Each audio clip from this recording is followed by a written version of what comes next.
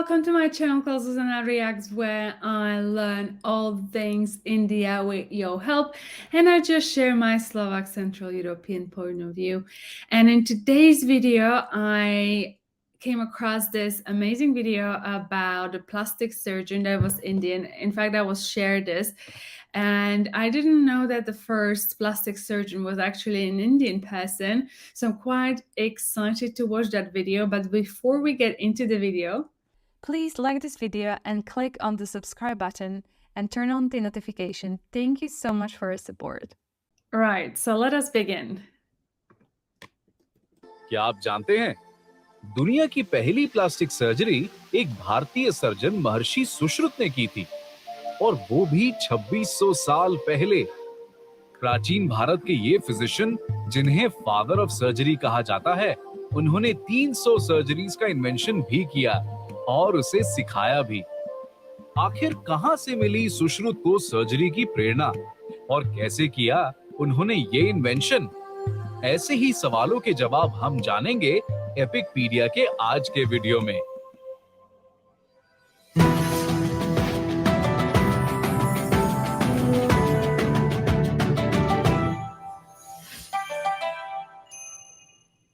लगभग 2600 साल पहले वैदिक कालखंड में एक ऋषि रहते थे, जिनका नाम था सुश्रुत।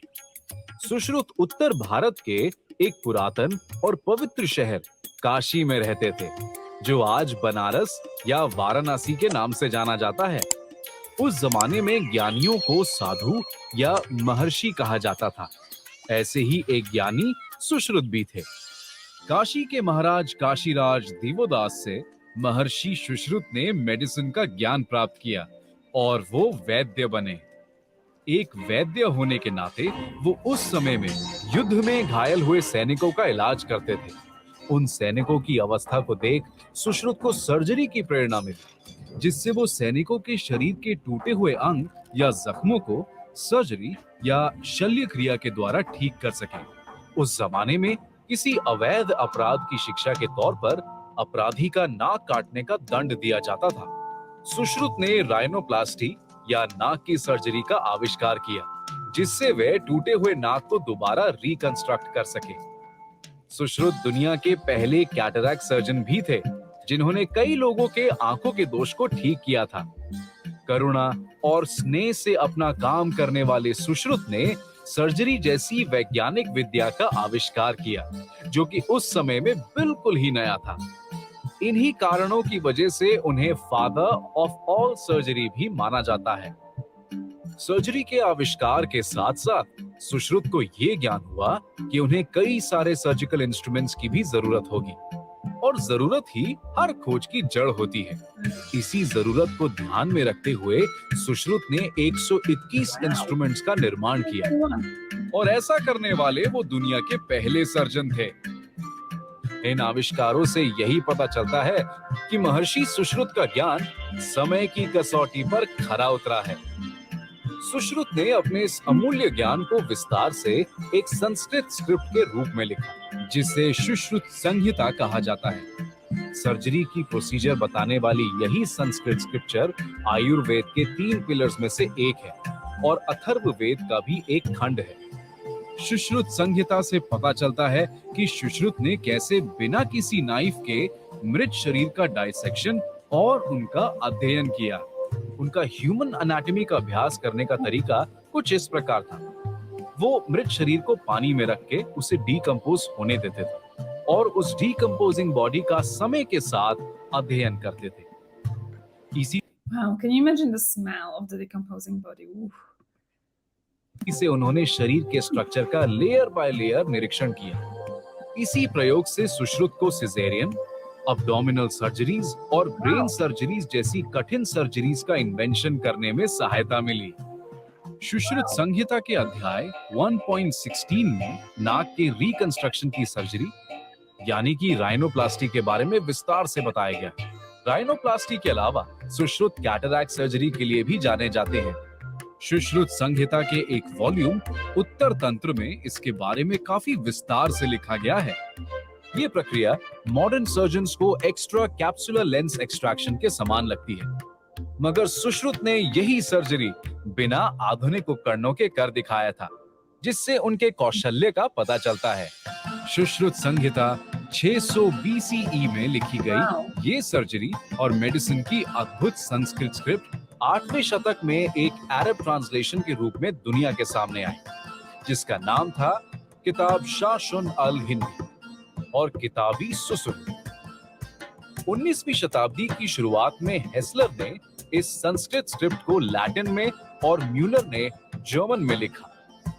इस प्रकार सुश्रुत संहिता और उसके लेखक महर्षि सुश्रुत को अंतरराष्ट्रीय स्तर पर पहचान तो मिली, पर समय के साथ साथ उनका नाम और उनका महत्व पूरी तरह से गुमनामी में खो गया। 1907 में कलकत्ता के कविराज कुंजलाल ने सुश्रुत संहिता का इंग्लिश में अनुवाद किया, पर उस ट्रांसलेशन को उतना रिकॉग्निशन नहीं मिला। 20वीं शताब्दी में जब दुनिया आयुर्वेद की ओर एक नए नजरिए से देखने लगी, तब उन्हें महर्षि सुश्रुत के मेडिकल साइंस और खासकर सर्जरी में उनके महत्वपूर्ण योगदान के बारे में पता चला।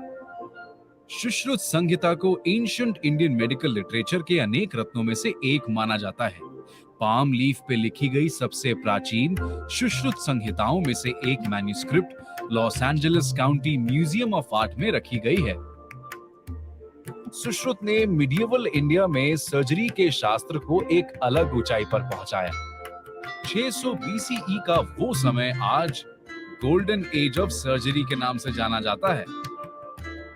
2018 में royal Australasian college of surgeons ने सुश्रुत का एक पुतला अपने कैंपस में बनवाया।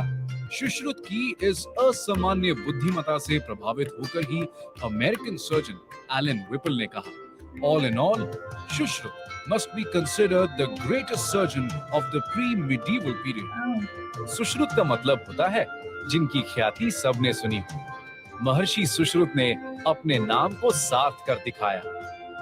पूरी दुनिया में अपने काम की वजह से वे प्रसिद्ध तो हुए ही, साथ ही साथ उन्होंने भारतीय मेडिकल नॉलेज को बाकी दुनिया के मुकाबले सबसे ज्यादा विकसित बनाया। Wow, this was truly insightful. I did not know that the first surgery, like I knew from your comments that the surgery was also kind of originated in India, but I didn't know. Obviously, it makes sense, right? That the first surgeon perhaps would be from there, but it is really, really impressive. I had no idea. And I mean, 121 instrument, that's pretty crazy. And the fact that he was specializing in rhinoplasty, which is the hardest still surgical procedure from what I understand, like when you want to do something phase-wise. But I also was aware that this plastic surgery was kind of developed from, or the idea was coming from when the soldiers in wars were a bit, you know, chopped up, and they wanted to help them to look as perhaps best as possible. One thing that caught my attention is, you know, that these palm trees are in Los Angeles Museum, and I'm always thinking, like, how crazy is that a nation's heritage is not in the country but outside of country. It's really crazy. I believe those people should actually return everything.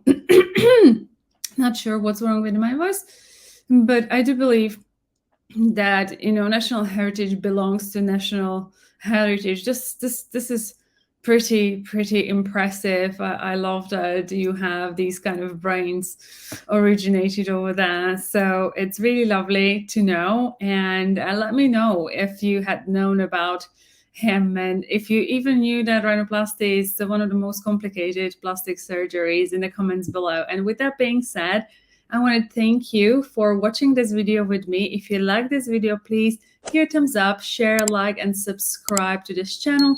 And I'll see you in the next one. Until then, you take care. Much love. Bye-bye.